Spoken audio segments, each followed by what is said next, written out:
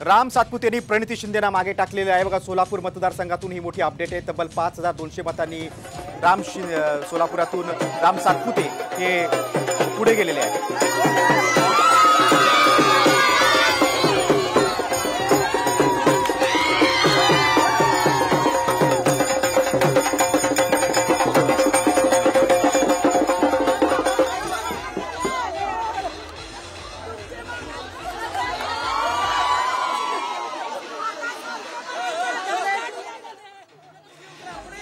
कोल्हापुरात शाहू महाराज आघाडीवर आहे। तब्बल 51,000 मतांनी त्यांनी आघाडी घेतलेली आहे। कार्यकर्त्यांचा जल्लोष पाहायला मिळतोय।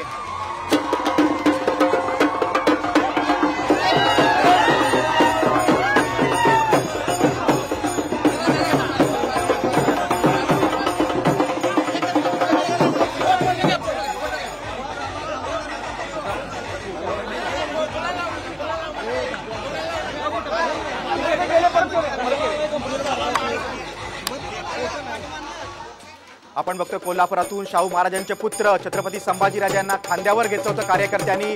विजयाचा जल्लोष करता निकालाआधीच कार्यकर्त्यांचा जल्लोष होत आहे। महिला वर्ग फुगडी खेळून आपला आनंद व्यक्त करतायत। हे कोल्हापुरातील चित्र आहे।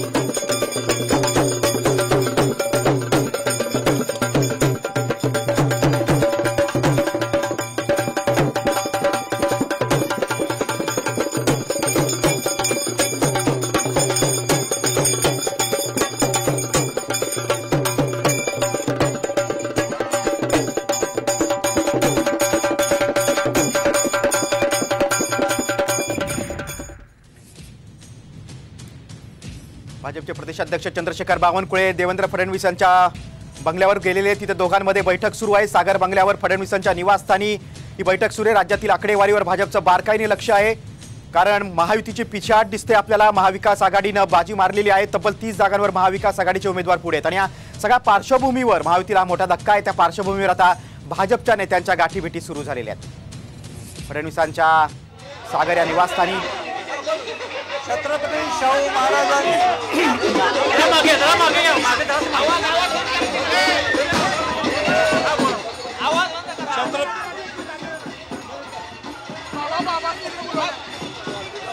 छत्रपती शाहू महाराजांचा विजय हा निश्चित होता, पण कोल्हापूरच्या जनतेने दाखवून दिलेले की छत्रपती घराण्यावर आमचा किती विश्वास आहे आणि या विश्वासाच्या माध्यमातून सगळ्या तालुक्यातल्या लोकांनी, सगळ्या शहरातल्या लोकांनी इतकं भरघोस मतदान शाहू महाराजांनी दिले की नुसती 7वी फेरी आहे, जिथं आपण 50,000 मतांनी पुढे आलेलो आहे।